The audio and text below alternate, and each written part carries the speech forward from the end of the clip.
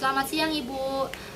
Perkenalkan saya Lucia Tvenita. Nah, saya adalah seorang ahli gizi yang akan membantu Ibu untuk menjawab pertanyaan Ibu mengenai pemberian MPASI yang tepat. Nah, mungkin tadi Ibu mendengar kalau misalnya ada yang pemberian MPASI itu kurang dari 6 bulan. Nah, saran saya tuh sebaiknya MPASI itu diberikan waktu usia 6 bulan saja. Jadi pas 6 bulan. Kenapa, Bu? Karena misalnya gini, kalau misalnya kurang dari 6 bulan, takutnya anak Ibu nih belum siap. Nanti malah timbul masalah-masalah nih, Bu. Misalnya kayak ntar anak Ibu tiba-tiba keselak, atau misalnya ntar anak Ibu malah diare, atau misalnya anak Ibu malah susah buang air besar. Nanti kan kita yang repot. Jadi pas 6 bulan aja gitu. Misalnya kalau lebih dari 6 bulan malah nggak dikasih MPASI, justru malah takutnya nanti anak Ibu kekurangan asupan gizi, malah nanti kelaparan karena cuma dari ASI doang gitu. Jadi saya menyarankan pas 6 bulan gitu, biar pas. Nah, makanan setelah 6 bulannya itu teksturnya tuh biasanya pelan-pelan gitu, Bu, bertahap. Misalnya dari usia 6 sampai 8 bulan itu mungkin diberikan bubur gitu, misalnya kayak bubur nasi,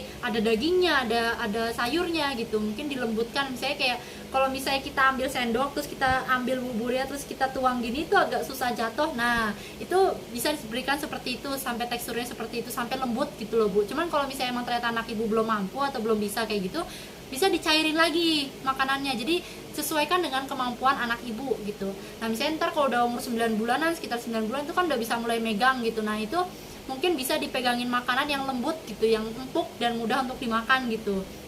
Mungkin nanti kalau udah usia 10 sampai 12 bulan, mungkin anak Ibu kan udah mulai berkembang gitu, karena nanti udah mulai tumbuh gitu. Jadi ntar anak Ibu bisa dikasih makanan yang kayak kita makan gitu, tapi mungkin dipotong kecil-kecil untuk mempermudah anak Ibu makan aja gitu. Terus tadi pemberian MPASI tunggal untuk uji alergi itu saya sangat tidak menyarankan, karena saya lebih menyarankan untuk memberikan MPASI yang beraneka ragam makanannya, jadi isinya beraneka ragam gitu.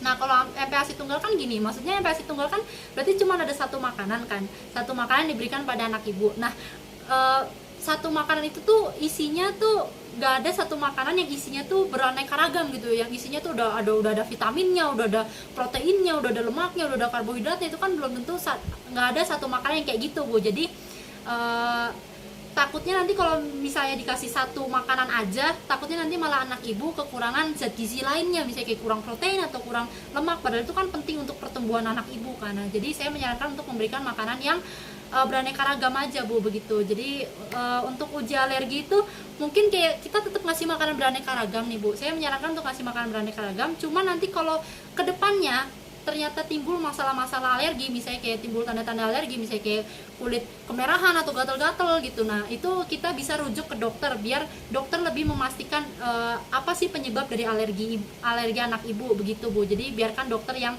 bekerja untuk itu gitu. Mungkin akan ada tes darah atau tes alergi dan sebagainya macamnya. Jadi tetap diberikan makanan yang beraneka ragam.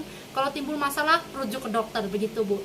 Terus tadi mungkin Ibu mendengar mengenai 4 bintang, 5 bintang. Itu maksudnya gini, Bu. Jadi ada namanya 4 bintang dan 4 kuadran. Itu emang disarankan atau dianjurkan oleh WHO. Nah, isi 4 bintang 4 kuadran itu beraneka ragam, Bu. Jadi isinya tuh ada 4 sebenarnya, tapi isinya tuh intinya makanan beraneka ragam. Misalnya kayak ada sumber karbohidrat, ada sayur dan buah, terus ada makanan hewani, nabati gitu. Jadi kayak sumber karbohidrat ada nasi, ada ubi gitu, ada kentang. Terus ada makanan sumber vitamin mineral tuh misalnya kayak sayur dan buah. Terus ada juga pemberian makanan vitamin A gitu. Misalnya biasanya tuh ada suplementasi vitamin A di bulan Februari sama Agustus. Nah, itu mungkin ntar bisa diberikan ke anak Ibu gitu. Cuman jangan mengandalkan suplementasi. Jadi tetap konsumsi buah dan sayur gitu. Cuman ya tetap dikasih suplementasi gitu. Jadi kalau misalnya emang dibutuhkan baru dikasih suplementasi gitu.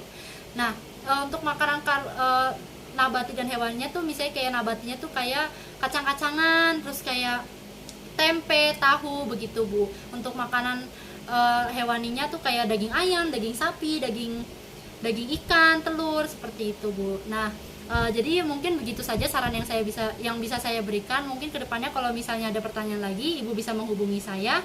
Mohon maaf jika ada salah kata dan terima kasih. Semoga bisa membantu.